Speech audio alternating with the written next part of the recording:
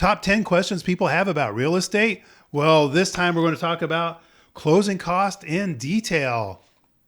Riveting. Let's check it out more next.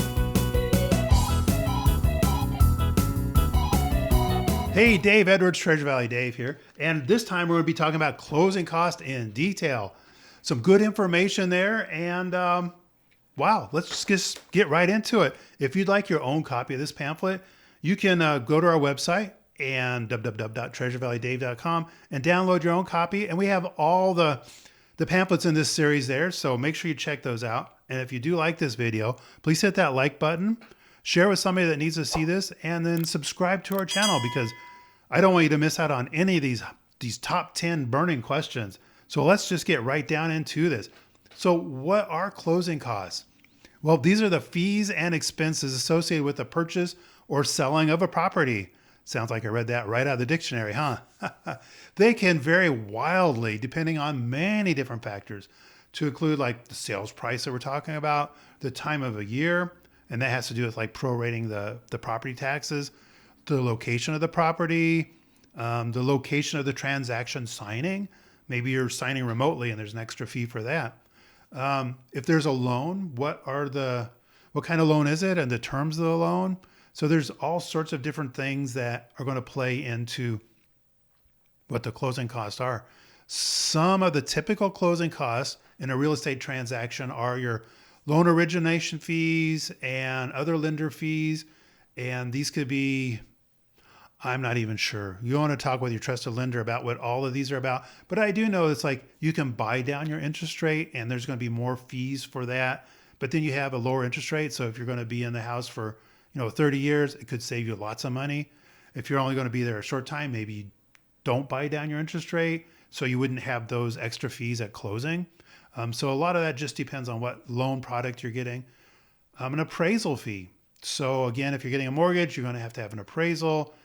Sometimes, if everything works out right according to the algorithm, they'll waive the appraisal. Like if there's a certain number of houses in the area recently, then the algorithm says we can waive that. It's such a great phone call to get when we do to get that.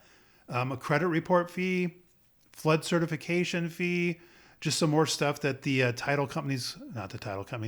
just some more stuff that the lender's going to want to know about. And speaking of title companies, there's going to be a title search. And this will be important to you and the lender to make sure that the person selling it is actually the owner. That could be important. And to see if there's any other liens on there that we don't know about. Which, funny enough, things happen and there could be a lien that doesn't belong to this house that gets put on this house by accident. Been through that. We got it all taken care of and closed. But there are different things that can happen, which is such a great reason why you need a good real estate agent to be on your side, to keep their eyes out for this, to be in constant communication with the title company. Just in case something does pop up, we can get it taken care of. Title insurance for the mortgage holder's benefit. Then there's title insurance for your benefit, the buyer, and that's optional. And maybe you need it, maybe you don't. That's going to be a great question to talk over with your agent and also with the title company. Were there any negotiated repairs that are going to be paid out during closing? So that would be another cost on that closing statement balance sheet. Then there's the TC fee. That's the transaction coordinator. Typically, agents will use a transaction coordinator like we do. It helps out so much. It's just another set of eyes to make sure that nothing falls through the cracks. We consider that just a part of cost of doing business and we pay for that. But some agents will charge you, and that could be another $300-400.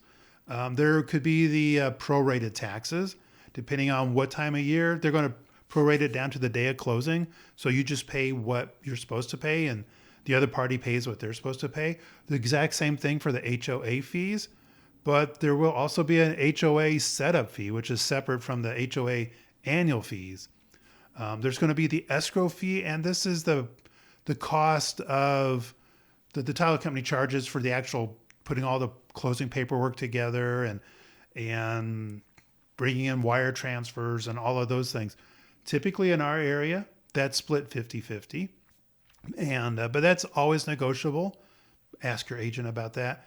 And then there's going to be a recording fee because when the county records it, it's the government, they're going to charge you something. Am I right? So how do all these closing costs impact you? Well, the buyer and or the seller are going to be responsible for paying all of these costs, and they're going to be accounted for on the closing statement. There's going to be a closing statement for the seller, one for the buyer. There's going to be the debits and the credits. You guys all remember that from school, right?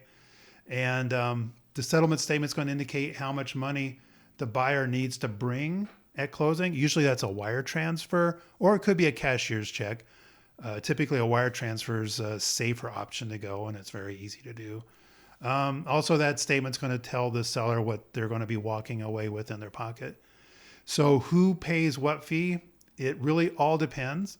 In our area, just tradition has it that, the seller pays for their title research and both parties split the escrow fee. If you're getting a loan, it's your loan, so you pay those fees. But like I say, everything's negotiable. Every situation's a little bit different. And this is kind of cool. Sometimes, and not always, it depends on what the market's like, but we can ask the seller to contribute a certain percentage or a certain fixed dollar amount to the buyer's closing costs. We've done that a few times recently, and it really helps out, especially if you have, like we have first-time home buyers that didn't have a whole lot of extra money to play with. And the seller is really motivated to sell. We were to negotiate that, and it really helped everybody get what they needed. So wow, that was closing costs and detail. Did you learn anything valuable from that? I think there's a lot of great stuff in there. And remember, you can get your own copy of this and all the other questions being answered in the guide form on our website, www.treasurevalleydave.com. And if you like this video, make sure you subscribe so you don't miss out on any of the other great questions that we asked. And if you have some great questions that you'd like to have asked, put them down in the comments. We read every single comment, and we'd love to answer your questions just for you. Well, thank you so much for coming by. And as always, this is Treasure Valley Dave, looking forward to helping you get home.